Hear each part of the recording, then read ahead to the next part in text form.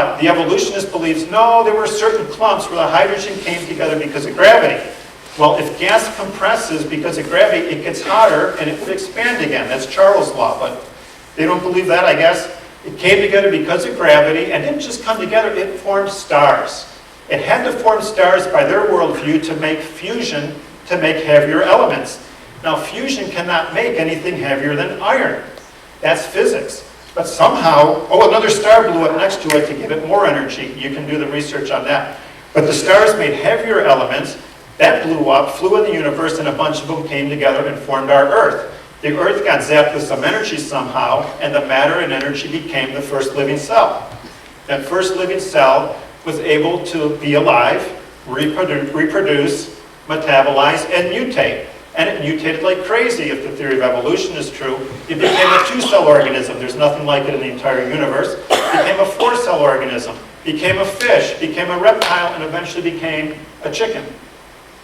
Wait a minute, there's a sexual reproduction problem. You need males and females. In a G-rated manner, think of the details. You need male reproducing equipment. And we're not talking about worms, we're talking about chickens. You need female reproducing equipment, and they both have to be able to function at the same what? The same time. Suppose the female is fully mutated, but the male isn't. Does she say, hurry up and mutate, dummy, we're dead in a year? You need a functioning male and a functioning female at the same time and at the same place.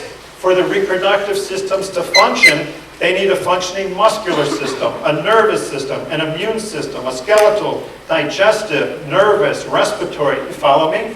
This takes tremendous faith to think it all happened by chance. But the miracles get bigger and bigger for an evolutionist. Food would have to evolve. Water would have to evolve. Oxygen, gravity, atmospheric pressure, the ozone layer, the sun.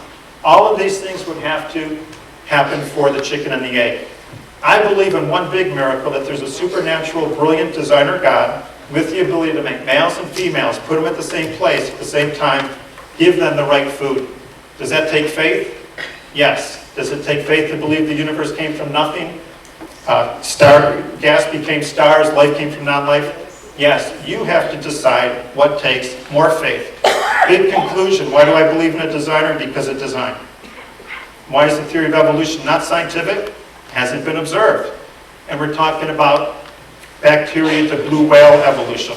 No living evidence, no fossil evidence. Final exam for you guys?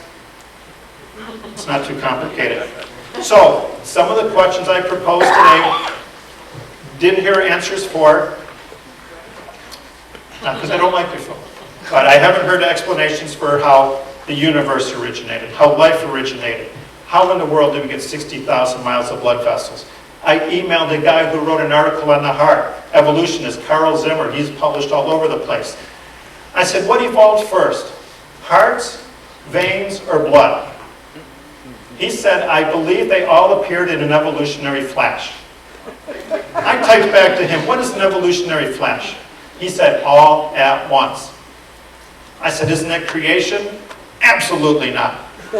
I believe in instant people, instant chickens with the food there, the reproductive, the muscular, the skeletal system functioning, not a step-by-step random process. There once was a man in a small town who was convinced he was dead. Everybody tried to convince him he wasn't. He wouldn't believe it. They paid a lot of money to get a genius to talk to him. The genius came to town, a psychologist, and said, are you dead? He goes, yes, I'm dead. Do dead people bleed? No, dead people don't bleed. So the guy got out his knife and cut him, and he started to bleed.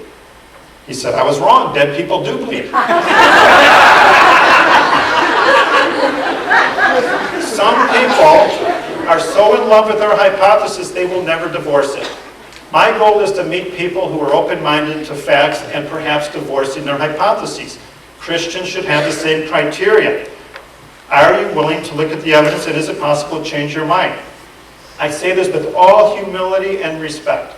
I'm not picking on anybody. I've met a lot of people that are atheists, and I've had polite talks with them, and they are not atheists because they believe piping systems like your circulatory system happen by chance. These are what I believe. This is just me representing myself. People are atheists. There's a ton of suffering in the world. Everybody in here, you suffered. A lot of people turn their anger towards God. Some people don't like the Bible's rules. Tell you what, I'll tell you a secret about you. Neither do you. Your flesh does not love the rules. Pride. Some people think they're the smartest thing on earth. They don't like the idea of someone supreme. A lot of peer pressure if you're in the world of science and academia to believe it. And sometimes it's as simple as this. It's the only thing they've ever been taught. I was an evolutionist. I didn't like the Bible's rules at the age of 14. There was a lot of peer pressure, and I had never heard different. Why would I believe otherwise? So the question here as I conclude, asking yourself, are you going to believe an idea, or are you going to believe your eyes? Thank you.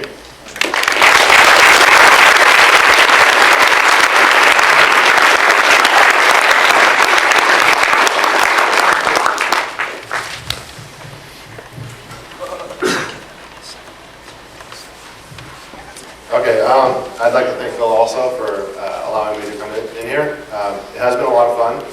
A lot easier than I thought it was going to be, but still very difficult. He's a very difficult person to debate with.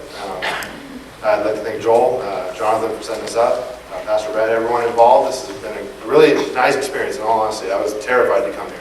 Terrified. But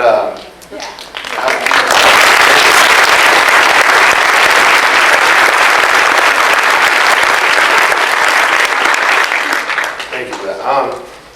Regarding the topic at hand, though, I just want to say there's a lot of questions I can't answer. A lot of questions maybe no one in this room can answer. And I would advise people not to take the lack of answers and use that as solid evidence for their creationist beliefs. If you're talking about science, I really encourage you to search for answers that you can actually test. I know he keeps talking about how you can test a creator.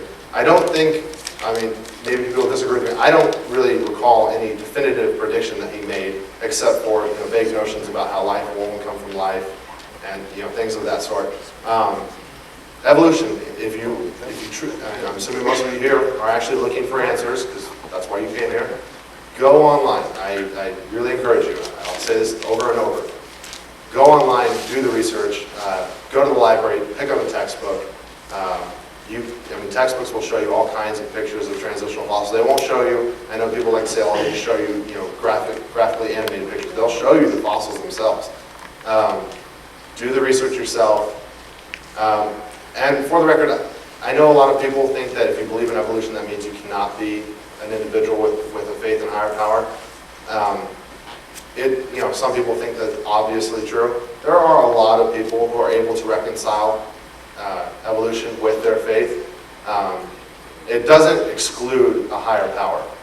God can, the morals that you derive from the Bible, the stories that you relish, you can still hold on to those, even if you feel that evolution is supported by the evidence. If that's your conclusion, if you feel evidence does support evolution, that doesn't mean that God doesn't exist. That doesn't mean it at all. That just means that evolution, scientifically speaking, is true. Religion is, I know a lot of people think that creation is science. I argue otherwise, obviously. I think that there's a huge tension between people of faith and people of science. I think they can't reconcile each other. Many people have done it. It's extremely possible. And I encourage you, if you're looking for the truth, don't give up on your faith just because you happen to believe in evolution, just because you think the evidence supports it. There's no reason why you can't be bold. That's pretty much all I have to say.